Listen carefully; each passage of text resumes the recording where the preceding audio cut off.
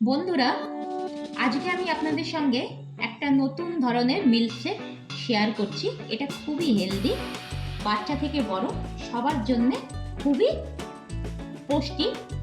তা এর জন্য আমি নিয়ে নিয়েছি, এখানে দেখতে পাচ্ছেন খেজুর নিয়ে নিয়েছি। খেজুরগুলোকে কিন্তু আমি মধ্যখান থেকে বীজটাকে বার করে নিয়েছি, আমন্ড নিয়েছি আর কাজু নিয়েছি। এবার আমি যেটা নিয়ে নিয়েছি, একটা কড়াইতে আমি দুধ নিয়েছি। এটা আমি ফুল টন দুধের ব্যবহার করেছি। টোটাল দুধ আমি 500 গ্রাম ব্যবহার করব। তার ভেতরে আমি দিয়ে দিচ্ছি এই খেজুরগুলো।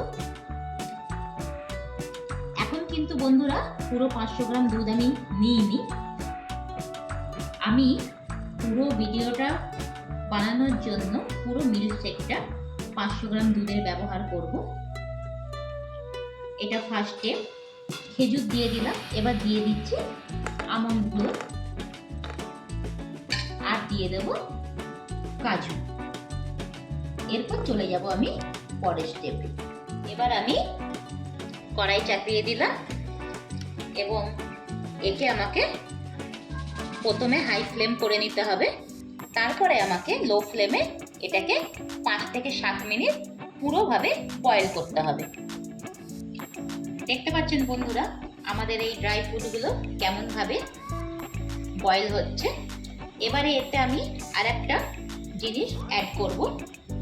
এইটাতে এই মিল্কশেকের স্বাদ কিন্তু একদম ডবলের থেকেও বেশি হবে, আপনারা অবশ্যই ট্রাই করবেন। আমি এখানে 1 চামচ মতো গুঁড়ো দুধের ব্যবহার করছি।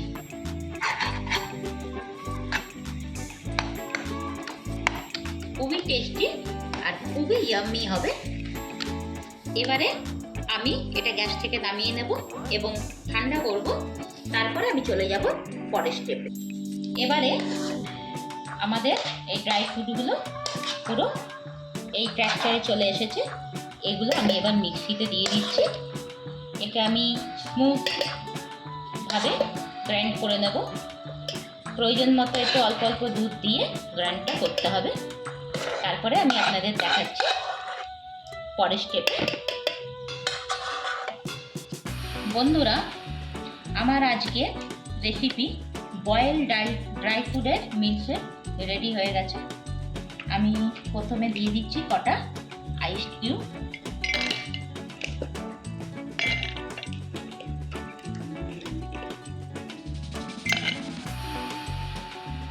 এরপর দিয়ে দিচ্ছি মিল্কশেক।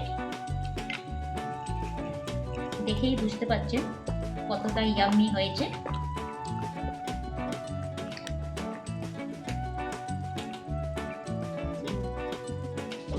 এবার আমি একে ড্রাই ফ্রুট দিয়ে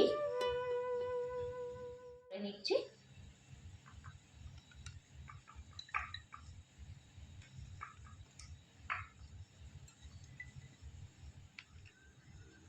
দিয়ে দিলাম একটু কেশর। যদি আপনাদের আমার এই রেসিপিটা ভালো লাগে তাহলে অবশ্যই লাইক করবেন, শেয়ার করবেন। আর যদি কোনো বন্ধু আমার চ্যানেলে নতুন হয়ে থাকেন তাহলে সাবস্ক্রাইব অবশ্যই করবেন।